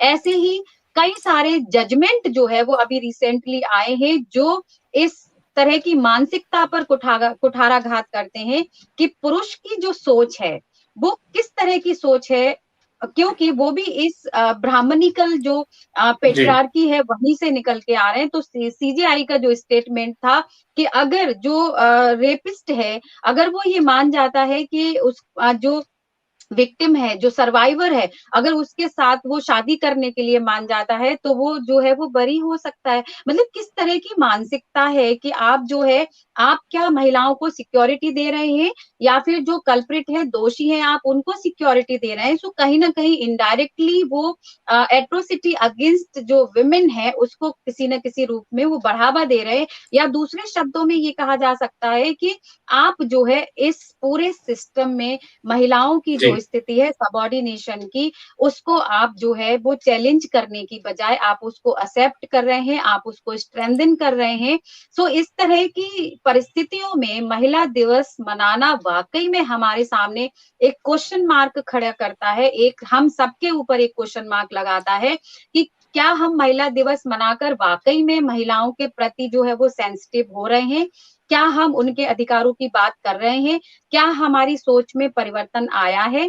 क्या इस सिस्टम में परिवर्तन आया है? ये वाकई में सोचनीय वाली जो है स्थिति है, सोचनीय स्थिति है। और कई सारे एग्जाम्पल यहाँ पर दिए जा सकते हैं, जब चाहे वो एग्जीक्यूटिव हो, चाहे वो लेजिस्लेशन हो, चाहे वो जुडिशियरी हो, जो है वो महिलाओं के ऊपर हमेशा कहीं न कहीं उनकी स्थिति को लेकर, उनकी जो एम्पावरमेंट को लेकर प्रोग्राम तो कई सारे रन किए जाते हैं इस जी देश में। जी चाहे वो साक्षरता अभियान हो, चाहे वो जो है 100% जो है एनरोलमेंट कराना हो, हायर एजुकेशन में लेके आना हो। लेकिन उसी तरीके की सिचुएशन में हम ये देखते हैं कि आज भी आजादी के 74 सालों बाद भी 33% रिजर्वेशन बिल अभी तक पेंडिंग पड़ा है। तो हमारी बिल्कुल जो पुरुष ये कहते हैं कि हम तो जो है सो कॉल्ड जो है वो डेवलपिंग कंट्रीज में रह रहे हैं और हमारी सोच में परिवर्तन आया है, हम पढ़े लिखे लोग हैं। So this is not the question of ji rural, ji urban, or educated or uneducated. This is the question of mentally. You are ready to accept the dignity of women. You are ready to accept the women as a human being. So ये जी बहुत जरूरी है कि सबको जो है इस इतना सेंसिटाइज किया जाए महिलाओं के मुद्दों के प्रति, कि वहां ये जरूरत ना पड़े कि महिला मुद्दे हैं तो सिर्फ महिलाएं बात करेंगी या महिलाएं उठाएंगी। कोई भी उन मुद्दों को उठा सकता है जो इस समाज जी में जी जागरूक है, सेंसिटिव है। सो इन सब पर हमें फिर से सोचने की जरूरत है। और हर बार जी अंतरराष्ट्रीय महिला दिवस या महिला दिवस हमारे सामने वो सवाल लेकर के आता है कि हम क्या जी अभी भी जो है एक नागरिक नहीं है, एक व्यक्ति नहीं है, क्यों हम बराबर अधिकारों की अभी भी बात कर रहे हैं। सो हमें ये सब समझते हुए एक इक्वल वर्ल्ड की तरफ बढ़ने की जरूरत है। जी प्रदीप जी। जी जी बहुत बहुत धन्यवाद madam. Engineer Neelima Bhatkar madam से जानना चाहेंगे मैडम, भारत के संविधान की जब बात आती है तो महिला आयोग का भी नाम आता है। केंद्र के महिला आयोग हैं, राज्य के महिला आयोग हैं, और अभी डॉक्टर सीमा माथुर मैडम ने भी कहा कि 33% आरक्षण की मांग अभी भी जो है वो लटकी हुई हैं, और जो अन्य पिछड़े वर्ग के महिलाएं हैं, पिछड़े वर्ग की महिलाएं, उनकी जो मांग है वो पूरी नहीं हो रही। तो आपसे हम यही जानना चाहेंगे इस मुद्दे पर, जो भारत में महिला अधिकार की क्या स्थिति है और उसमें मूल निवासी बहुजन महिलाओं का क्या स्थान है, उनकी क्या मांगे हैं, उनका क्या आंदोलन है। जी मैडम। सर, महिला अधिकार की अगर हम बात सोचते हैं तो भारत की स्थिति बहुत ही गंभीर है, क्योंकि यहाँ की जो वर्ण व्यवस्था लागू है, ये वर्ण व्यवस्था में महिलाओं का स्थान दुय्यम ही नहीं तो उसको सिर्फ गुलाम बनाया गया है। उसको मानव करके देखा ही नहीं, मनुष्य करके देखा ही नहीं गया है, not as a human being. तो अगर वो पशु जैसी है तो उसको जो स्थान दिया गया है, तो उसको अधिकार, जो पशु है, जो गुलाम है, उसको क्या अधिकार है? तो कुछ भी अधिकार उसको जो हमारी यहाँ पहले व्यवस्था, संविधान के पहले जो व्यवस्था थी, मनुवादी व्यवस्था थी, वो व्यवस्था में और इतने सालों से, वो हजारों सालों से हमारे दिलों और दिमाग में वो थोपी गई है। वो थोपी जाने की वजह से संविधान लागू होने के बाद भी जिस तरह से हमारे अधिकार, समानता का अधिकार महिलाओं को देने के बावजूद भी पुरुषों के दिमाग से और महिलाओं के दिमाग से भी ये व्यवस्था गई ही नहीं। अभी भी गुलामी की व्यवस्था हमारे दिमाग में इतनी मजबूत जड़ें हैं उनकी, कि अभी अगर सिर्फ मैं यहाँ ऐसे बैठी हूँ तो सबसे पहले तो ये सोचा जाएगा कि अगर इसके माथे पे बिंदी नहीं है तो एक तो ये मुस्लिम है, नहीं तो विधवा है। यानी हमारे धार्मिक ग्रंथ जो बताते हैं कि महिला कैसी होनी चाहिए, तो उसका रूप कैसा होना चाहिए, उसने क्या क्या पहनना चाहिए, इस छोटे छोटे मुद्दों से लेके अगर वो शुरू होता है तो आप अधिकारों की बात तो बहुत दूर की बात है। जो उसको मूल निवासी सभ्यता, संस्कृति यानी सिंधु संस्कृति में महिलाओं को जो अधिकार थे, वो अधिकार जो धीरे धीरे मनुस्मृति द्वारा बोले जाए या वेद, पुराण और अन्य चीजों से जो उसको नकारे गए हैं, वो होने के बाद में वो अभी भी सिर्फ वही नहीं, यहाँ के हमारे मूल निवासी पुरुष भी महिलाओं को गुलामी की तरह ही देखते हैं और ये गुलामी कंटिन्यूएशन में रहना चाहिए। इसलिए मैं ये कहूंगी कि हो सकता है कि भारत में 70 साल बाद भी, आजादी के 70 साल बाद भी और संविधान लागू होने के 65-67 ईयर्स बाद भी यहाँ संविधान की समानता की बातें नहीं बताई जाती।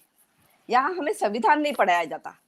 यहाँ की जो शिक्षा का, एजुकेशन का अभी जो शिक्षा नीति है और उसमें उन्होंने एजुकेशन का जो करिकुलम जो चेंज किया है, तो वो एजुकेशन में जो हमारी इतिहास है, महिला अंतर्राष्ट्रीय दिवस का जो इतिहास है, महिलाओं के संघर्ष का जो इतिहास है, वो भी नहीं बताया जा रहा है। अगर वो बताते हैं, वो इतिहास में अगर आता है तो हमारे महिलाओं को भी वो समझ में आएगा और हमारे पुरुषों को भी समझ में आएगा, ताकि इसके बारे में वो सामान्य लोगों में जन जागृति कर सके, चेतना पैदा कर सके। लेकिन जो चीजें हमसे छुपाई जा रही है और किसी षड्यंत्र की वजह से छुपाई जा रही है, इसलिए कि हमारी महिला फिर से जागरूक ना हो जाए और फिर से यहाँ की जो सत्ता है वो उसके हाथ में ना आए। और यहाँ जो भारत में फेमिनिज्म जो चल रहा है वो एक्सट्रीम फेमिनिज्म है, जो कि उच्च वर्णीय महिलाएं चला रही है। उनको पुरुष सत्ता जो है वो पसंद नहीं है, उनको सिर्फ टोटली मातृ सत्ता चाहिए। जबकि हम कहते हैं कि नहीं, संविधान में जो हमारा जो अधिकार दिया गया है वो समानता का अधिकार है, और यहाँ मातृ सत्ता होते हुए भी मातृ और समान सत्ता होनी चाहिए, कोई ऊपर नहीं कोई नीचे नहीं। यानी बाबा साहब जैसे बोलते हैं कि पुरुष और स्त्री में व्यवहार कैसा होना चाहिए, या अगर शादी होने के बाद पुरुषों ने महिलाओं के साथ कैसे व्यवहार करना चाहिए, तो उनकी जो है वो फ्रेंडशिप होनी चाहिए, ना कि गुलामी होनी चाहिए। फ्रेंडशिप में क्या होगा, फ्रेंडशिप में सबके अधिकार जो है वो अधिकार सबको सही ढंग से मिलेंगे।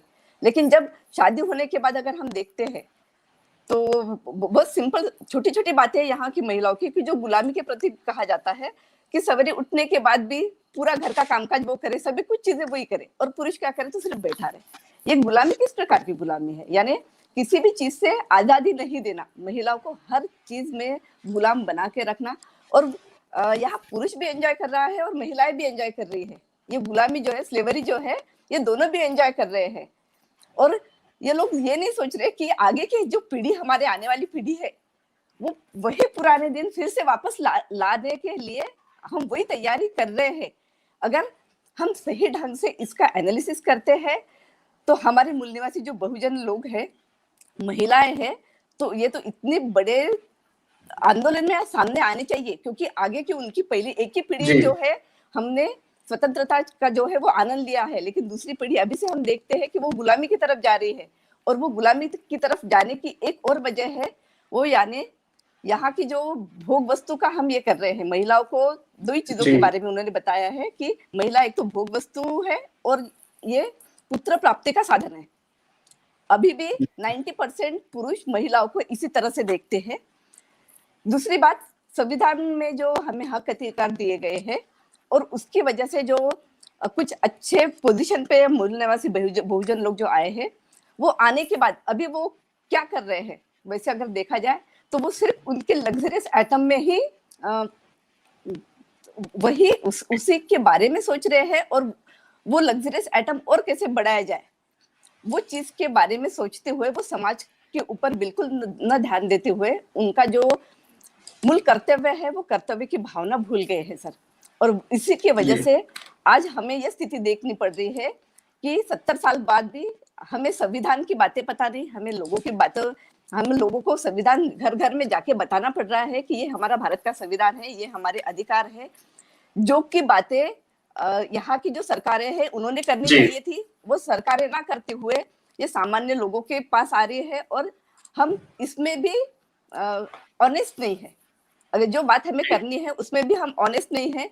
अगर मूल निवासी बहुजन समाज ये ऑनेस्टी दिखाएगी तो ही उनके आने वाली की जो पीढ़ी है वो गुलाम नहीं बनेगी, ऐसे मुझे लगता है। प्रदीप सर। जी, बहुत बहुत धन्यवाद मैडम, आपने अपनी बात कही। इसके संदर्भ में जो मुद्दा आपने उठाया, वाकई उसके ऊपर सभी जो हमारे कार्यकर्ता हैं, दर्शक हैं, उन्होंने गौर करना आवश्यक है।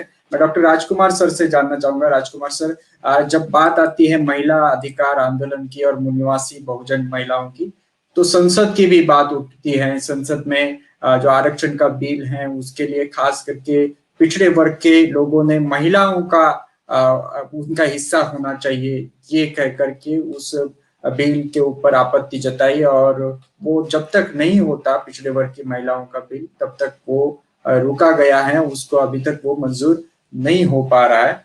और जब कुछ बात आती है शूद्रातिशूद्रों के बारे में तो कनिमोझी जैसे सांसद हमें याद आते हैं। उन्होंने सीधा खुलकर कहा कि हम आर्यों की संतान नहीं है, हम शूद्र ऋषियों की संतान है और जो आर्यों की संतान है वो दूसरी तरफ बैठे हुए हैं। ऐसे खुलेआम बोलना ये एक बहुत बड़ी बात है। आप कैसे देखते हैं मूल निवासी बहुजन महिलाओं के अधिकार आंदोलन को? वर्तमान में क्या उनकी स्थिति है? जी देखिए, अभी जो इशू आप जिस संदर्भ में रेज कर रहे हैं, ये 1990 से ये बात आ रही है कि महिलाओं को रिजर्वेशन दिया जाना चाहिए और महिलाओं को रिजर्वेशन दिया जाना चाहिए। उस समय पे कांग्रेस की सरकार थी, उसके बाद से बीजेपी की सरकारें आई हैं, उसके बाद से और भी दूसरी सरकारें आई हैं, लेकिन पिछले 30 साल से सिर्फ 40 या 50 सांसद ऐसे हैं जो महिला आरक्षण का जो वर्तमान स्वरूप है, बिल है, उसका विरोध करने की बात करते हैं। लगभग 500 सांसद या उनकी पार्टी ऐसी हैं जो महिला आरक्षण के समर्थन की बात करते हैं। लेकिन पेच यहीं पे है कि उसके बावजूद भी इस बिल को पास नहीं कर रहे हैं। ये कहना कि बिल पास नहीं हो पा रहा है, ये गलत है, बल्कि ये जानबूझ के उसको बिल को पास नहीं कर रहे हैं। क्यों पास नहीं कर रहे हैं, इसके बारे में मैं 1 मिनट में अपनी बात कहना चाहूंगा। सीधी सी बात है कि ये घोर जातिवादी और पुरुषवादी लोग हैं, चाहे वो कांग्रेस हो, चाहे वो बीजेपी हो या कम्युनिस्ट पार्टियां हो, ये नहीं चाहती कि आज तो इनके मिला के 595 में से 545 में से इनके पास 500 सीट्स हैं, तो फिर क्यों ये बिल पास कर ले रहे हैं? ये इसलिए बिल पास नहीं कर ले रहे हैं क्योंकि ये घोर जातिवादी लोग हैं, ये घोर पुरुषवादी लोग हैं। दूसरी बात इसमें, भाई 33% ही क्यों पास कर रहे हैं आप 50% क्यों नहीं कर रहे हैं? आप 50% पास कीजिए और सिर्फ लेजिस्लेचर में क्यों करना चाहते हैं? संसद या विधानसभा में क्यों करना चाहते हैं? आप उनको जॉब्स में भी दीजिए, आप उनको प्राइवेट जॉब्स में सेक्टर में भी दीजिए, आप उनको एजुकेशन में भी दीजिए। देश का जितना भी आप कह सकते हैं कि संसाधन है, जितने भी राष्ट्रीय संसाधन है, जितने भी नेचुरल रिसोर्सेज हैं, उन सब में महिलाओं को 50% आरक्षण या उनका रिप्रेजेंटेशन दिया जाए और उसमें जो SC ST OBC है उनका जितना हक बनता है वो उनको प्रोपोर्शनेटली दे दिया जाए। ये सिचुएशन हमारे सामने, लेकिन ये इसको नहीं करना चाहते। क्यों? क्योंकि वो जातिवादी होने के साथ साथ घोर मनुवादी और पुरुषवादी भी है। सभी पार्टियों के अंदर ये इस तरह का मामला लगभग चला हुआ है। अदरवाइज तो कोई कारण नहीं है कि आप उस बिल को जिसमें महिलाओं के रिजर्वेशन की बात होती है उसको क्यों बार बार आप कह देते हैं कि भाई समाजवादी पार्टी नहीं पास करने देती, उनके क्या विधायक है, MP हैं, उनके तो 5 हैं, या BSP नहीं करने देती, उनके तो 10 में सिर्फ, या जनता दल नहीं करने देता, उनके तो और भी कम है। तो इस तरीके से हम देख रहे हैं कि ये जबरदस्ती का काम कर रहे हैं। वास्तव में इनकी मंशा घोर पुरुषवादी मंशा है और ये नहीं चाहते। और हम ऊपर से इस पे ये कहना चाहते हैं कि 33% नहीं होना चाहिए, ये 50% होना चाहिए। और 50% भी शिक्षा में दीजिए, जॉब्स में दीजिए, प्राइवेट जॉब्स में दीजिए, उसके बाद लेजिस्लेचर में भी दीजिए, राज्यसभा में दीजिए और आप इनको विधान परिषद में भी दीजिए। हर जगह दिया जाना चाहिए। अगर ये ऐसा होता है तो भारत में वास्तव में चीजें परिवर्तित हो सकती है। इसका एक छोटा सा उदाहरण मैं आपको देना चाहूंगा। फिनलैंड एक छोटा सा देश है, बहुत छोटा सा देश है फिनलैंड, और इस स्कैंडिनेवियन कंट्रीज हैं, नॉर्वे, फिनलैंड, स्वीडन, डेनमार्क। तो स्वीडन में एक इस समय पे 35 साल की हमारी महिला साथी हैं जिनका नाम है सना मरीन। वो इस समय पे वहां की प्राइम मिनिस्टर है। ये पिछले साल प्राइम मिनिस्टर बनी थी। वहां पे 5 पार्टियों का एक अलायंस है जो इस समय पे सत्ता में है, और उन 5 पार्टियों की राष्ट्रीय अध्यक्ष महिलाएं हैं, और वो 5 पार्टियों की राष्ट्रीय अध्यक्षों का अलायंस बना हुआ और 5 कैबिनेट मिनिस्टर्स हैं, और एक उनमें से प्राइम मिनिस्टर भी बनी हुई है। इन्होंने किया क्या है, क्यों महत्वपूर्ण हो जाता है? वो महत्वपूर्ण इसलिए हो जाता है कि वहां पे हफ्ते में 4 दिन काम करना होता है। वहां पे एक दिन में 4 घंटे काम करना होता है। वहां पे महिला को अगर 6 महीने की मैटरनिटी लीव मिल रही है तो पुरुष को भी 6 महीने की मैटरनिटी लीव मिल रही है। इसका मतलब ये पैटर्निटी या उसको कहेंगे, तो इसका मतलब ये है कि आपको बराबर को दो महिलाओं के अगर सार्वजनिक जीवन में आने से इतने क्रांतिकारी परिवर्तन आ सकते हैं जो कि पूरी दुनिया में देखने को मिले हैं। वो कहते हैं कि वो ज्यादा केयरिंग होती हैं, वो ज्यादा इंक्लूसिव होती हैं, वो ज्यादा मैच्योर तरीके से चीजों को हैंडल करती हैं, भेदभाव बिल्कुल नहीं करती हैं। तो इस तरीके से अगर मानवीय विचारों के साथ महिलाओं को माना जाना जाता है तो उनका सार्वजनिक जीवन में आना तो और ज्यादा जरूरी हो जाता है। बाबा साहब जिस तरीके से कहते हैं कि भाई किसी देश की प्रगति आप उस महिलाओं की प्रगति से माप सकते हैं। ज्योतिबा फूले हों या बाबा साहब हों या हमारे और आंदोलनकारी हों, उन सब ने इस चीज को अच्छे तरीके से माना। लेकिन वर्तमान की बात जब आप कह रहे हैं कि वर्तमान में हमारा जो खासतौर पे बहुजन मूवमेंट है उसमें महिलाओं की उपस्थिति कितनी है या किस तरीके से है, मैं समझता हूं कि निश्चित रूप से इसमें बहुत ज्यादा सुधार की गुंजाइश है। लेकिन जिस तरह की परिस्थितियां हैं उसमें हो सकता है कि आज अगर एक उत्तर प्रदेश जैसी जगह में 4 बार आप एक ऐसी महिला जो अपने पैरों पे खड़े होकर संघर्ष को आगे बढ़ा के मुख्यमंत्री बहुजन आंदोलन के आधार पे बन सकती हैं, तो हम कह सकते हैं कि उन बहुजन आंदोलन में महिलाओं का स्थान तो है। मैडम हमारे सामने है। इस तरीके से बहुत सारे लोग हैं जो अपना स्थान बना रहे हैं और समाज को आगे बढ़ाने का काम कर रहे हैं।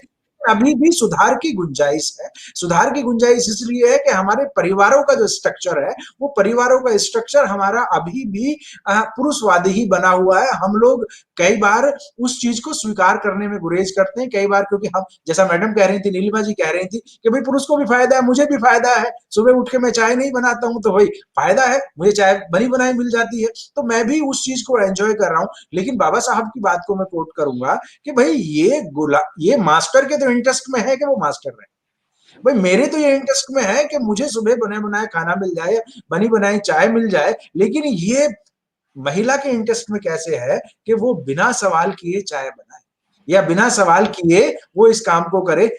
बाबा साहब कहते हैं कि it may be in the interest of the master to be the master, but how come it is in the interest of a slave to be a slave. सवाल तो वहीं से आना होगा।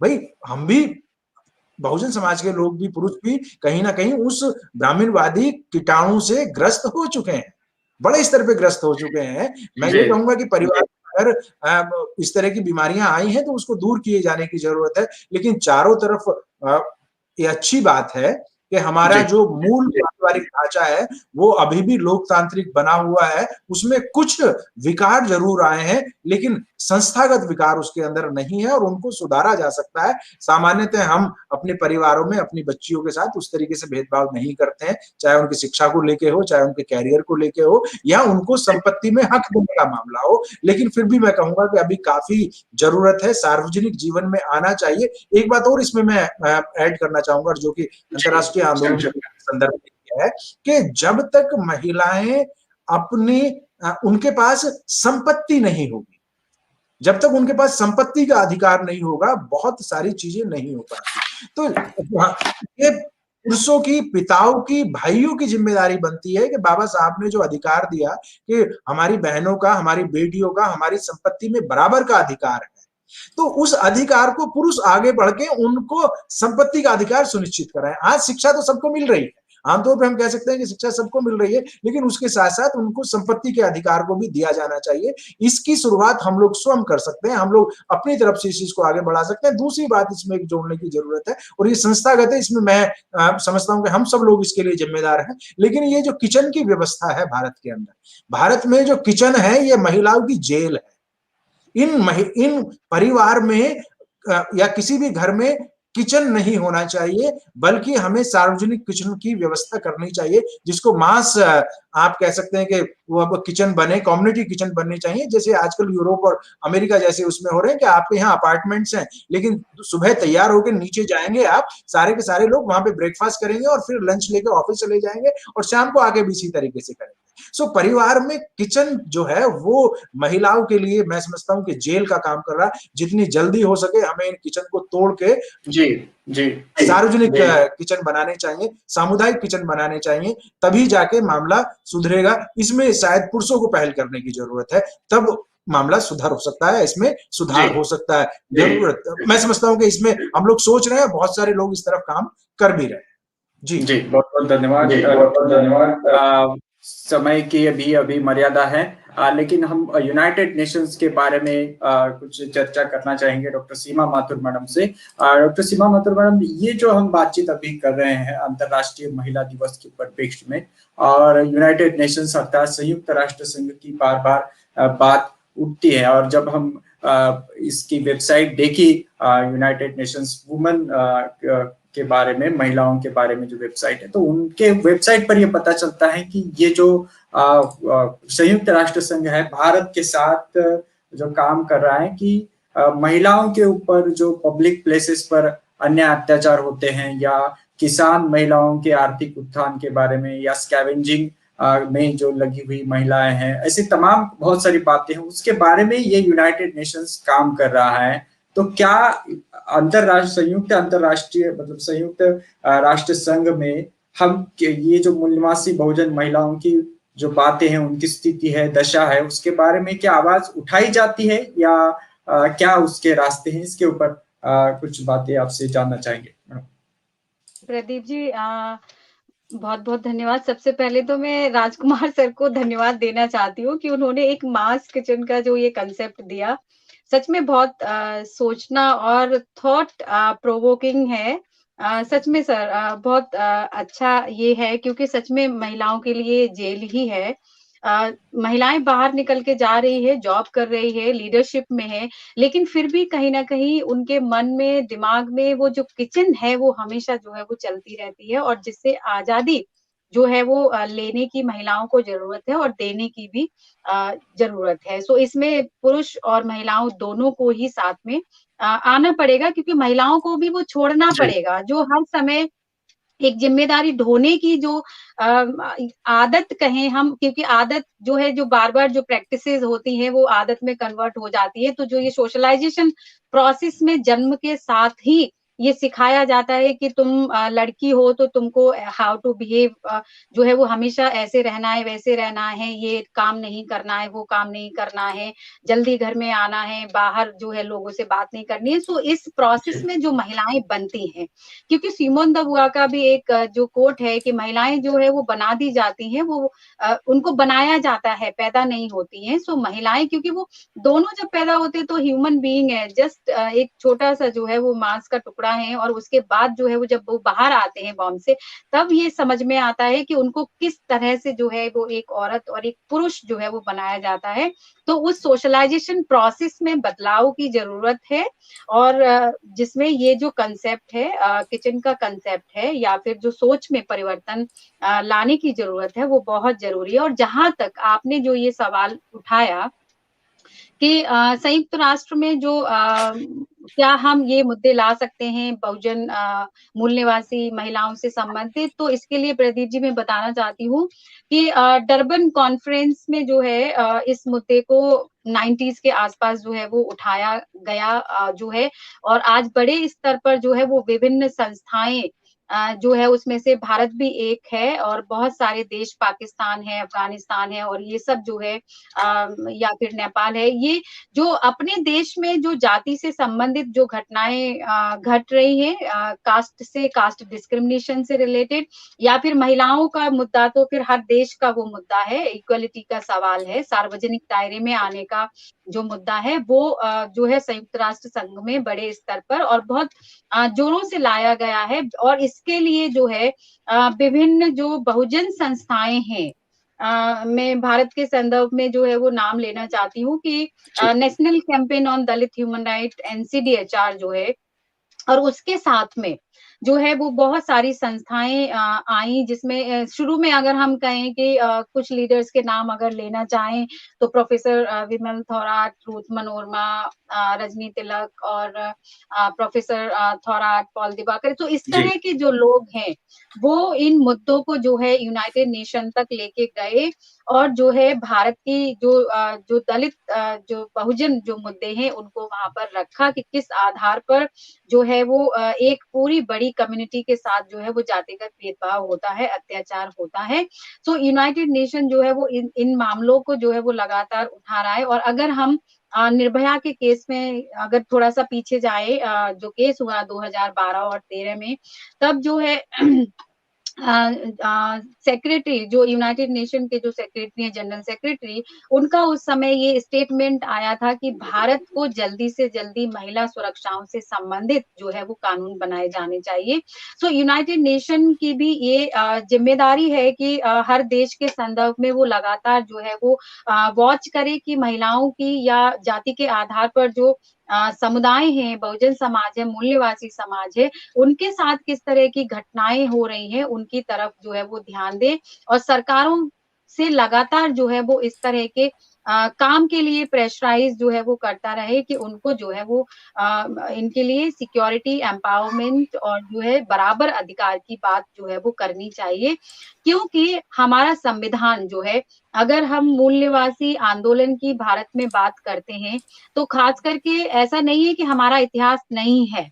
मूल्यवासी जो है इतिहास रहा है अधिकारों को लेकर के, जैसा कि राजकुमार सर ने भी बोला कि सुधार की बात करी है उन्होंने कि महिलाओं की स्थिति में सुधार होना चाहिए। राजा राममोहन राय का नाम लेते हैं या विवेकानंद का नाम लेते हैं तो वो सिर्फ एक ऊपरी तौर पर जो है वो समाज में एक सुधारात्मक प्रक्रिया को लेकर के आ रहे हैं, लेकिन जहां दंपति जो फुले दंपति जब आते हैं तो वो उस सिस्टम पर कुठाराघात करते हैं, उस व्यवस्था पर सवाल खड़े करते हैं कि यहाँ पर जो है वो जो विधवाएं हैं उनकी क्या स्थिति है, विधवा महिलाओं की, या जो लड़कियां हैं शिक्षा उनको क्यों प्रॉपर नहीं मिल रही है। तो वो डेयर करते हैं, उस समय चैलेंज करते हैं पूरी व्यवस्था को कि हम अपने घर में जो है बच्चियों को पढ़ाएंगे और जो दलित है, बहुजन है, उस समय के जो शूद्र हैं उनको अपने घर के कुएं को वो खोलते हैं उनको पानी पिलाने के लिए।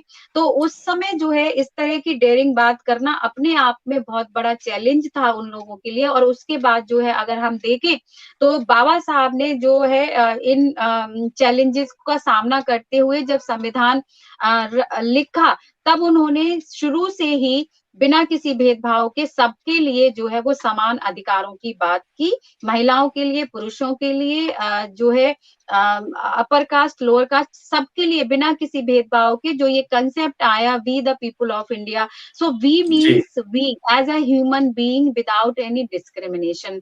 तो उस वी का जो मतलब है वो आज हमें फिर से समझने की जरूरत है। लेकिन इसमें एक बड़ा सवाल लोग ये भी उठाते हैं कि हम एक सिमिलैरिटी की तरफ नहीं जा सकते, क्योंकि हमारी अपनी एक आइडेंटिटी है, एक महिला के रूप में, एक बहुजन के रूप में, एक मूल निवासी के रूप में। तो अगर मैं ये बात करती हूँ कि I am a women, yes, but I am a Dalit women, I feel proud on this identity. तो इसमें किसी को गुरेज नहीं होना चाहिए कि आप ये कैसे समाज तोड़ने वाली बात कर रहे हैं।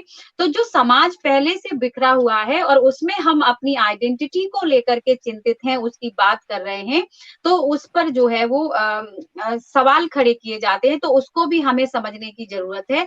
और एक बात और कहना चाहती हूँ कि यहाँ पर कुछ लोग जो सो कॉल्ड जो ब्राह्मणिकल सत्ता में बैठे हुए लोग हैं, जो पेट्रियार्कल माइंडसेट, ब्राह्मणिकल पेट्रियार्की जो उनके अंदर है, वो जो अम्बेडकरवादी जो विचारधारा है, उसको कहीं ना कहीं एक परंपरा के नाम पर उसको जो है वो विकसित करने पर तुले हुए हैं, संस्कार के नाम पर विकसित करने में पूरी कोशिश कर रहे हैं, जी तोड़ मेहनत कर रहे हैं। वो ये कहना चाह रहे हैं कि अम्बेडकर साहब जो है वो भगवान है और पूजा अगरबत्ती ये सब जो है कह करके उनका जो समाज में जो उन्होंने काम किया, जो बराबरी लाने का जो काम किया, उसको कहीं ना कहीं वो दरकिनार करते हुए उनको संस्कारों के साथ जोड़ने की कोशिश कर रहे हैं।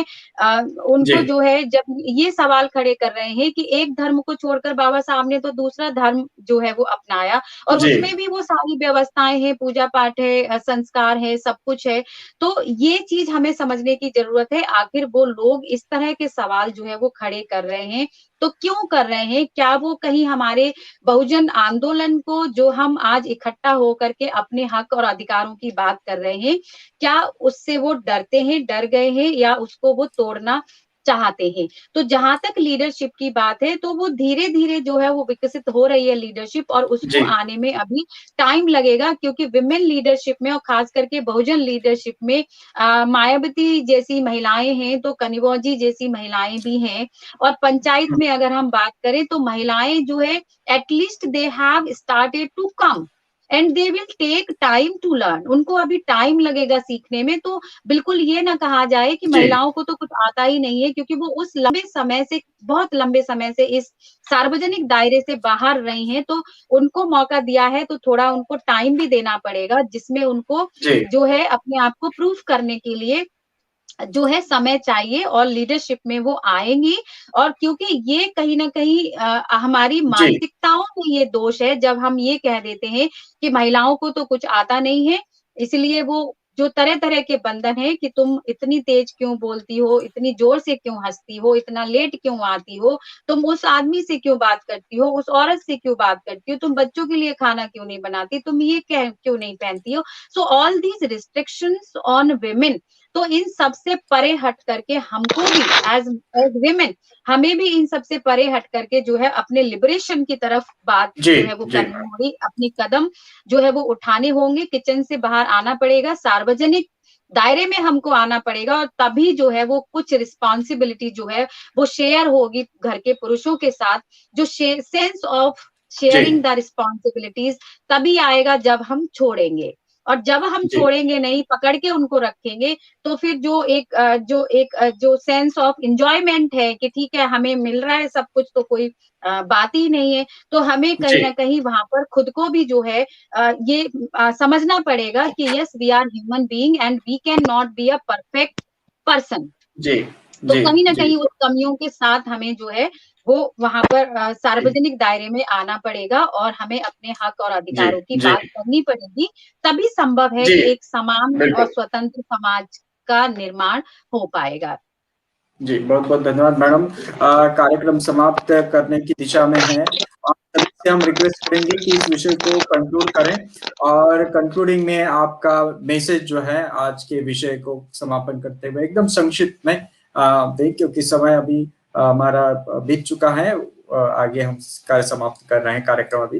डॉक्टर राजकुमार सर से रिक्वेस्ट करेंगे कि संक्षिप्त में आज के विषय का समापन कीजिए और मैसेज हमारे सभी जो कार्यकर्ता हैं उन्हें। जी देखिए, अंतर्राष्ट्रीय महिला दिवस को हम तभी सार्थक कर सकते हैं जब महिलाओं को सार्वजनिक स्थानों पर, सार्वजनिक संस्थानों में बराबर की हिस्सेदारी सुनिश्चित कर पाए। ये चाहे शिक्षा के क्षेत्र में हो, ये चाहे जॉब्स के क्षेत्र में हो, ये चाहे प्रतिनिधित्व हो हमारे जितने भी राजनीतिक संस्थाएं हैं वहां पे। जब तक आप उनको एंश्योर नहीं करेंगे, वो खुद अपना प्रतिनिधित्व नहीं करेंगी, तब तक समस्या का समाधान नहीं हो सकता है। सो ये लिबरेशन का इशू है, और लिबरेशन महिलाओं को अपना खुद करना होगा। पुरुष उसमें बहुत बस कुछ खास नहीं करेगा, महिलाओं को ही करना है। हमारे बहुजन आंदोलन की सीख भी है कि महिलाओं को खुद आगे आके इस आंदोलन के में अपनी हिस्सेदारी निभानी होगी। उनकी मुक्ति में ही बहुजन समाज की मुक्ति है, और बहुजन समाज की मुक्ति में ही इस देश की मुक्ति है। ये निश्चित है कि जब तक महिलाएं शिक्षित नहीं होंगी, जब तक महिलाएं प्रगति नहीं करेंगी, ना बहुजन समाज ना ही देश प्रगति। जी बहुत बहुत धन्यवाद सर। आपने कहा नेतृत्व करना चाहिए महिलाओं ने आगे आकर के, क्योंकि उनकी जब मुक्ति होगी तभी निवासी बहुजन समाज से मुक्ति भी। डॉक्टर सीमा माथुर मैडम, एकदम संक्षिप्त में क्या मैसेज देंगे आप विषय को ऊपर कार्यकर्ताओं, एकदम संक्षिप्त में? जी, इस अंतर्राष्ट्रीय महिला दिवस के दिन में यही कहना चाहूंगी कि महिलाओं को आगे बढ़ने की जरूरत है, लीडरशिप लेने की जरूरत है, और हर क्षेत्र में अपनी प्रतिभागिता दिखाने की जरूरत है, क्योंकि लिबरेशन का ही वह मार्ग है जब हमें जो है अपने हक अधिकारों की बात करनी होगी। हमको डेयर होना पड़ेगा कि अगर हम प्रॉपर्टी में हिस्सा मांग रहे हैं, क्योंकि संविधान ने तो दे दिया हमें राइट टू प्रॉपर्टी, लेकिन हम मांगने की हिम्मत ही नहीं कर पा रहे, क्योंकि हमको एक डर है कि हमारा घर से नाता टूट जाएगा, घर वाले हमारा साथ नहीं देंगे। तो हमें ये हिम्मत करनी पड़ेगी कि यस प्रॉपर्टी का राइट है तो हमको वो मिलना चाहिए। हमको रिजर्वेशन का राइट है, क्योंकि हम 50% आबादी है, तो हमको वो रिजर्वेशन लेना ही पड़ेगा, और इसके लिए सड़कों पर उतरना ही पड़ेगा। तो हमको जो है वो बहुत हिम्मत के साथ आगे आना पड़ेगा, अपनी बात कहनी पड़ेगी, हिम्मत दिखानी होगी, क्योंकि बहुत डर के जो है वो रह लिया, परिवार को, समाज को बचाने के चक्कर में शेम और ऑनर के जो टैबूज हमारे साथ जोड़ दिए गए हैं, अब उनको ब्रेकअप करना ही पड़ेगा, और हमें अपने हक के लिए आगे आना पड़ेगा। और ऐसे बहुत सारे आंदोलन जो है वो हमको फिर से चलाने की जरूरत पड़ेगी। चल रहे हैं जो आंदोलन, उनको मजबूत करने की जरूरत पड़ेगी। तभी जो है वो राजनीतिक सत्ता की आंखें खुलेंगी, तभी आधिकारिक सत्ता की आंखें खुलेंगी, और तभी जो ये पितृसत्तात्मक समाज है वो हमारे साथ आने के लिए मजबूर होगा। सो जरूरी है हम शिक्षित हों और सार्वजनिक क्षेत्रों में बाहर निकले, लीडरशिप ले और अपने हक और अधिकारों की बात करें। जी, बहुत बहुत धन्यवाद madam. Doctor Neelima, engineer Neelima Bhatkar madam, आपसे भी आज रिक्वेस्ट करेंगे कि आज के विषय पर अपना जो है कंक्लूडिंग मैसेज दें, विषय को समापन। जी सर, इसके बारे में भी हाँ मैं इतना ही बताना चाहूंगी कि जैसे सर ने कहा है कि फिनलैंड में महिलाओं ने सत्ता हाथ में ली है, उसी तरह भारत में भी महिलाओं की। माइक नीचे छोड़ दीजिए। हेलो, हाँ, माइक नीचे छोड़ के बात कीजिए मैडम, आवाज आ रही है। हाँ, ओके जी। महिलाओं ने भी, भारत की जो महिला है और मूल निवासी जो महिलाएं और समाज है, उन्होंने भारत की सत्ता हाथ में लेनी चाहिए, तभी यहाँ के मूल निवासी महिलाओं को न्याय मिल सकता है। दूसरा, खुद महिला ने खुद का सम्मान करना चाहिए। खुद को सक्षम बनाने के लिए जो कुछ चीजें उसके पास जो जरूरी है वो उसने करनी चाहिए। तीसरी बात है, जो हमारे जो सिर्फ कमाई का ही हिस्सा नहीं, हमारा हुनर जो है, हमारा नॉलेज है, हमारा टाइम है और पैसा है, ये सब हमने समाज की उन्नति के लिए देना ही चाहिए। कुछ ना कुछ % उसमें होना चाहिए। और इससे महत्वपूर्ण बात है कि मैं तो यही कहूंगी कि अभी फिलहाल मनुस्मृति नाम की जो ये दस्तक है, ये हमारे द्वार पे आ चुकी है। इसके लिए हमें संविधान की बहुत बड़ी जागृति करनी चाहिए और संविधान की जागृति करते हुए भी पॉलिटिकल जागृति भी करना बहुत जरूरी है, ताकि समाज की महिलाएं हैं, जो महिलाएं वो पॉलिटिकल इसमें आ जाए और 50% रिजर्वेशन हर क्षेत्र में होना चाहिए। इसलिए महिलाओं के साथ साथ मूल निवासी बहुजन पुरुष जो है, इन्होंने भी पहल करनी चाहिए। इतना मैं ये कहूंगी। और मैं ये भी आह्वान करूंगी कि पीपल्स पार्टी ऑफ इंडिया, जो कि मूल निवासी बहुजन समाज के लोगों की पार्टी है, इन्होंने बिल्कुल इसके साथ जुड़ना चाहिए और उनकी जो इन्वेस्टमेंट करनी चाहिए, ताकि हम हमारे आने वाली पीढ़ी जो है उसको गुलाम न बना सके और उसको जो स्वतंत्रता का जो हमें अधिकार मिला है संविधान के माध्यम से, वो हम सब उसका अधिकार जो है एंजॉय करें। हम स्वतंत्रता क्या होती है ये एंजॉय करें। इतना मैं इस चर्चा के दरम्यान करना चाहूंगी। प्रदीप सर, बहुत बहुत धन्यवाद मैडम। जी, बहुत बहुत धन्यवाद मैडम। आज आप सभी के साथ हमने चर्चा की मूल निवासी महिलाओं के बारे में, अंतर्राष्ट्रीय महिला दिवस और मूल निवासी बहुजन महिलाएं, इस विषय पर हमारे साथ डॉक्टर राजकुमार सर जुड़े और उन्होंने विस्तार से हमें बात बताई। बहुत सारे मुद्दों पर उनकी जानकारी उन्होंने दी है। आगे भी हम चर्चा करेंगे सर आपसे। और डॉक्टर सीमा माथुर मैडम भी हमारे साथ जुड़ी, उनकी व्यस्तता के बावजूद भी उन्होंने समय दिया। इसलिए एमएनटी न्यूज नेटवर्क और हमारे दर्शकों की ओर से आपका भी आभार व्यक्त करते हैं। और इंजीनियर नीलिमा भटकर मैडम, आपका भी आभार व्यक्त करते हैं। और आगे भी जो निवासी बहुजन समाज के विभिन्न मुद्दे हैं उसके ऊपर आपसे हम चर्चा करना चाहेंगे, आपसे जानकारी लेना चाहेंगे, विमर्श करना चाहेंगे। बहुत बहुत धन्यवाद हमारे साथ जुड़ने के लिए। पुनः एक बार आपको अंतर्राष्ट्रीय महिला दिवस की मंगल कामना देते हुए इस कार्यक्रम को यहाँ पर रोकना चाहेंगे, समाप्त करना चाहिए। Thank you very much. Thank you Pradeep ji, बहुत बहुत धन्यवाद। जय हिंद सबको। जी, जय भीम, जय। Thank you very much. आपकी अनुमति लेकर के कार्यक्रम की हम यहाँ पर घोषणा करना चाहेंगे। साथियों, कल मंगलवार है और मंगलवार के दिन हम जो चर्चा करते हैं मूल निवासी बहुजन समाज से संबंधित मुद्दों पर हम चर्चा करते हैं, आप सभी को पता है। और मंगलवार को वास्तव में हम महिलाओं के ऊपर हमेशा चर्चा करते हैं, लेकिन आज 8 तारीख और कल 9 और 10, इन 3 दिन हम निवासी बहुजन समाज के महिलाओं के आंदोलन की स्थिति के बारे में चर्चा करने वाले हैं। एक छोटा सा एक व्यंग्य चित्र देखिएगा, उसको ध्यान में रख करके आगे हम जाएंगे। ये भारत का जब संविधान बन रहा था, हिंदू कोड बिल की जब बात हुई थी, तब भारत के एक अखबार में ये कार्टून आया था, व्यंग्य चित्र आया था, जिसमें बाबा साहब हैं, उन्होंने इक्वल राइट्स फॉर वुमेन ऐसा बैनर उनके हाथ में है और दूसरी तरफ महिला है उनके साथ, कमजोर प्रकार की ऐसी महिलाएं दिखाई दे रही हैं। और उससे जो ब्राह्मणवादी वर्ग है इस बात से डरा हुआ है, गुस्से में है, इस प्रकार का व्यंग्य चित्र है। साथियों, ये बहुत अपने आप में बहुत कुछ बातें कहने वाला व्यंग्य चित्र है। और कल के विषय के बारे में हम बातचीत करेंगे, मूल्यवासी महिलाओं के सामने आंदोलन की चुनौतियां। इस विषय पर हम चर्चा करेंगे। महिलाओं की स्थिति पर हमने थोड़ी बहुत चर्चा की, लेकिन इससे अगर बाहर निकलना है, नेतृत्व करना है, तो उनके सामने क्या आंदोलन की चुनौतियां हैं, इसके ऊपर चर्चा करेंगे। हमारे साथ जुड़ेंगे doctor Munni Bharti madam, assistant professor है, गेस्ट प्रोफेसर है, college of vocational study, Delhi विश्वविद्यालय से। डॉक्टर नीलिमा बागड़े हम मैडम हमारे साथ जुड़ेंगी, विभाग अध्यक्ष है, प्राणी शास्त्र विभाग, राजमाता सिंधिया शासकीय स्नातकोत्तर कन्या महाविद्यालय, छिंदवाड़ा, मध्य प्रदेश से। मूल्यवासी राजकुमारी मैडम हमारे साथ जुड़ेंगी, जिला अध्यक्ष है, मूल्यवासी संघ मेरठ, उत्तर प्रदेश से। और मूल्यवासी अरुण गोरघाटे जी जुड़ेंगे, राज्य संगठन सचिव है, बामसेट, महाराष्ट्र राज्य यूनिट के। साथियों, कल पुनः हम आपसे मिलेंगे इसी समय एमएनटी न्यूज नेटवर्क पर। अगर आपने एमएनटी न्यूज नेटवर्क को लाइक और सब्सक्राइब नहीं किया है फेसबुक पर, तो कृपया फेसबुक पर हमें लाइक करें और फॉलो करें, हमें फेवरेट मोड में रखिए। और यूट्यूब पर अगर चैनल को सब्सक्राइब किया है तो आप बेल आइकॉन को भी ऑन करें, और सब्सक्राइब नहीं किया है तो कृपया सब्सक्राइब भी कीजिए और बेल आइकॉन को भी ऑन कीजिए, ताकि आपको नोटिफिकेशंस मिलते रहें। बहुत बहुत धन्यवाद। और ये जो संदेश है आपके मित्रों तक, अन्य साथियों तक भी शेयर कीजिए। धन्यवाद। जय भीम, जय मूल्यवासी, जय भारत, जय संविधान।